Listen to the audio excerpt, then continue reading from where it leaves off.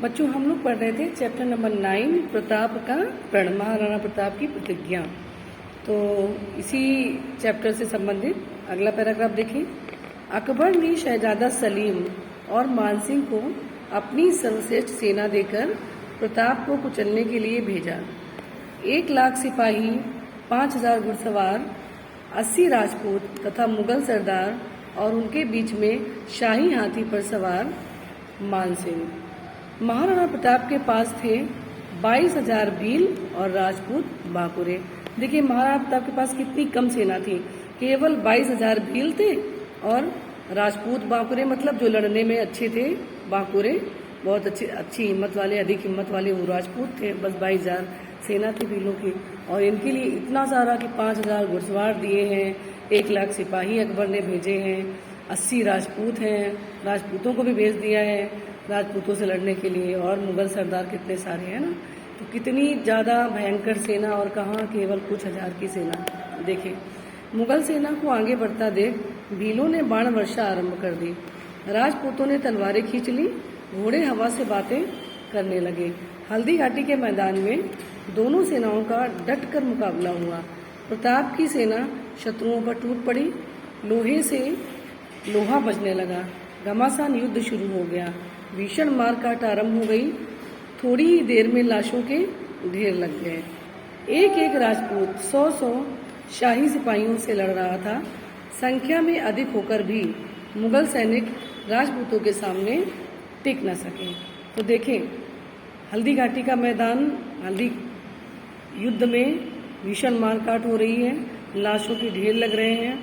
एक एक राजपूत जो था वो 100-100 शाही सिपाहियों से लड़ रहा था।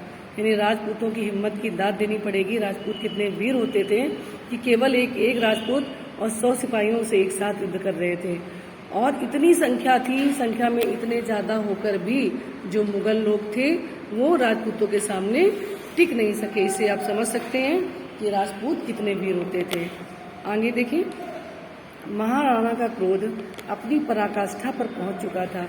उनकी नंगी तलवार मुगलों पर बिजली की तरह गिर रही थी। प्रताप के भयानक आक्रमण के आगे मुगल सैनिकों में हाहाकार मच गया और शवों का ढेर लग गया। सिर धड़ से अलग होकर धरती पर तड़फ रहे थे। खून की नदी सी बह चली थी। प्रताप के बाणों के अचूक निशाने से सलीम का महावत धड़ाम से धरती पर गिर पड़ा। सलीम अब अपनी जान बचाने का उपाय सोचने लगा। वह बुरी तरह से घायल हो चुका था। उसी समय प्रताप की तलवार हाथी की सूंड पर पड़ी और वह कटकर नीचे गिर गई। घायल हाथी चिंघाड़ता हुआ मुगल सैनिकों को रौंदता हुआ पीछे भागने लगा। आगे देखिए, हल्दी घाटी के मैदान में लगभग 1,00,000 मुगल सैनिक और 14,000 राजपूत शहीद हो गए थे।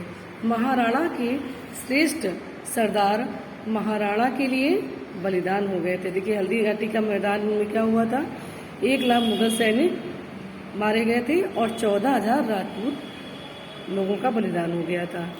चोटें लगने से महाराणा स्वयं काफी घायल हो गए थे। वे भी मातृभूमि के लिए अपना प्राण न्यौछावर करना चाहते थे।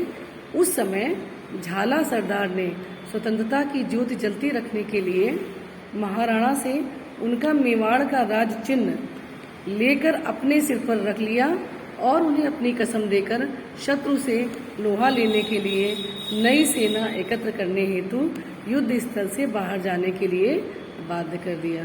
तो देखिए बच्चों, इन्हीं में एक राजपूत था झाला सरदार था। उन्होंने क्या किया, महाराणा को वो जीवन दान देना चाहते थे ताकि वो आगे सेना बढ़ाकर मुगलों से मुकाबला कर सके। इसीलिए उन्होंने क्या किया, महाराणा से उनका मेवाड़ का जो राज चिन्ह था वो अपने सिर पर रख लिया था। झाला सरदार उनका नाम था, और अपनी कसम देकर उन्हें वहाँ से शत्रु से लोहा लेने के लिए, नई सेना लेने के लिए बाहर भेज दिया था।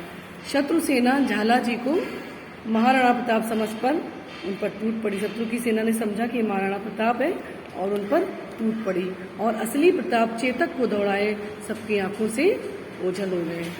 आगे देखिए, 2 मुगल सरदार महाराणा प्रताप की इस चाल को समझ गए थे। वे अपने घोड़े दौड़ाते उनके पीछे पीछे जाने लगे। एक बार फिर देख लें बच्चों, दो मुगल सरदार थे और वो राणा प्रताप की चाल को समझ गए थे और वो अपने घोड़े दौड़ाए हुए उनके पीछे पीछे जा रहे थे, क्योंकि वो समझ चुके थे कि महाराणा प्रताप निकल गए हैं आगे। सामने एक नदी आ गई जिसे चेतक कूद कर पार कर गया। स्वामी भक्त चेतक अब चलने में असमर्थ था, क्योंकि बहुत घायल था। उसके शरीर पर कई घाव लगे थे। उसने वहां अपने प्राण छोड़ दिए। महाराणा की आंखों में अपने प्यारे घोड़े के लिए आंसू भर आए। वे दुखी हो गए। उन्हें पीछा करने वाले शत्रुओं के दांत खट्टे करने थे। अभी वे कुछ सोच ही रहे थे कि उनके कानों में एक परिचित आवाज आई, ओ नीला घोड़ा रा सवार। वो मतलब हो नीला घोड़ा रा सवार मतलब ओ नीले घोड़े पर सवार, ठीक है। उन्होंने पीछे मुड़कर देखा तो मुगल सरदारों की जगह उनका अपना भाई शक्ति सिंह था। भाई का देश प्रेम, राजपूतों की वफादारी और चेतक घोड़े की स्वामी भक्ति देख शक्ति सिंह को अपने किए का पछतावा हो रहा था। उसने ही दोनों सरदारों को पीछे से मारा था। उसने अपने बड़े भाई के पैर पकड़ लिए और उन्हें अपने आंसुओं से धोया। भाई ने भी उसे उठाकर अपने गले लगा लिया।